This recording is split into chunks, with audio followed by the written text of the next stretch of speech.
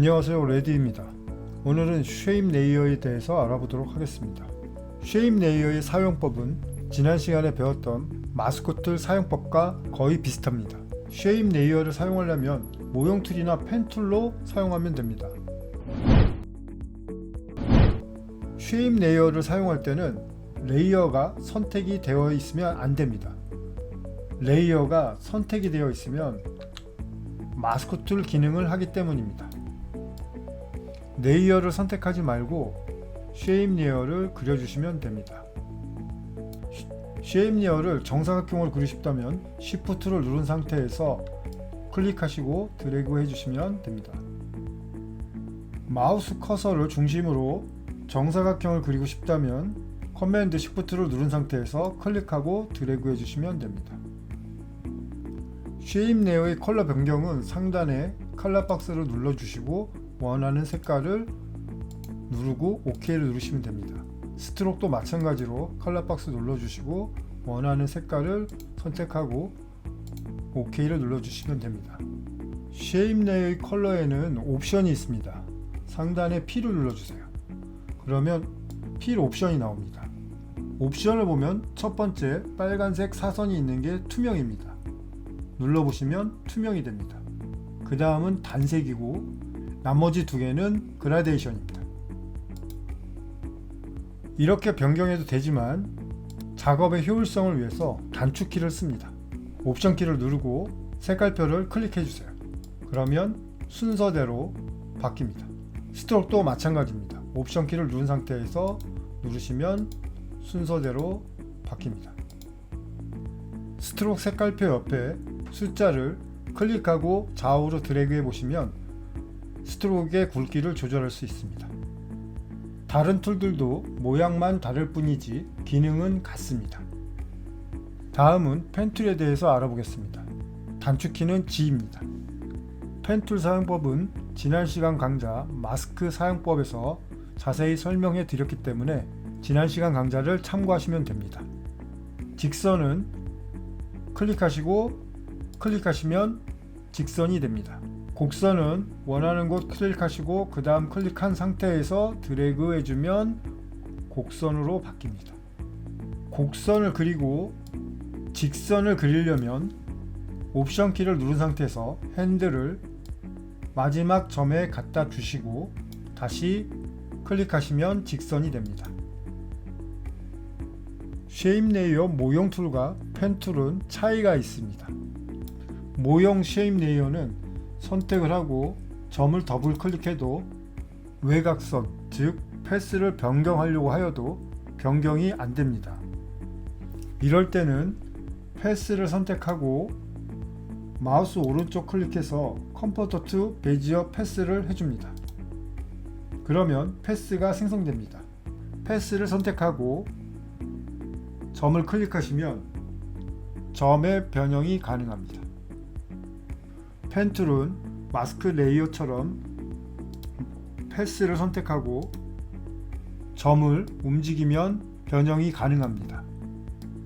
쉐입 레이어를 그리고 또다시 하나 더 그리면 하나의 레이어에 쉐입 레이어가 두 개가 생깁니다. 다른 레이어에 그리고 싶으면 선택을 해제한 후 그리시면 됩니다.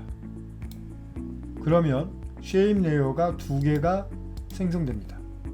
쉐입 레이어에도 마스크 기능이 있습니다. 상단에 바둑판 무늬를 클릭하시고 원하는 부분을 클릭하고 드래그 해주시면 됩니다. 지금까지 기본적인 쉐입 레이어의 사용법에 대해서 알아봤습니다. 지금부터는 지난 시간에 배웠던 마스크 기능과 오늘 배운 쉐입 레이어 기능을 활용한 프로필 작업을 해보도록 하겠습니다. 오늘 작업할 레퍼런스를 보겠습니다.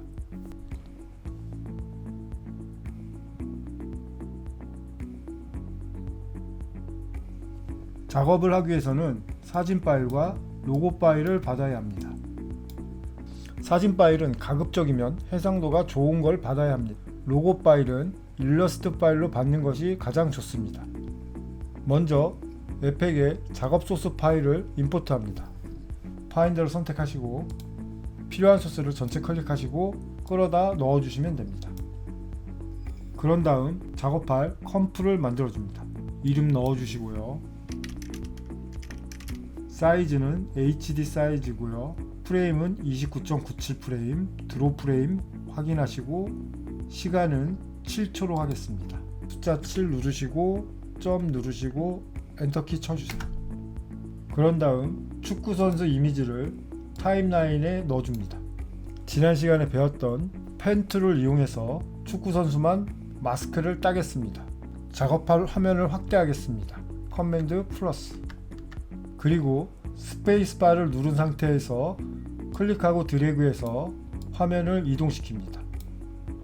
그런 다음 펜툴로 마스크를 따면 됩니다.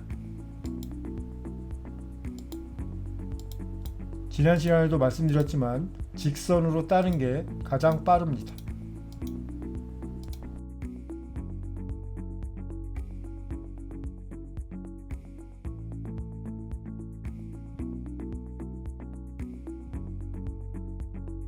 이런 식으로 마스크를 따주시면 됩니다.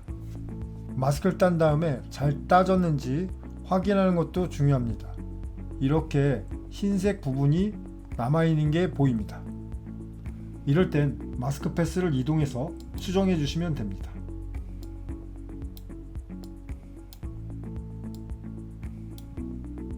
또 한 가지 방법은 지난 마스크 강좌에서 알려드렸던 마스크 속성에서 익스펜션 메뉴를 이용하면 됩니다.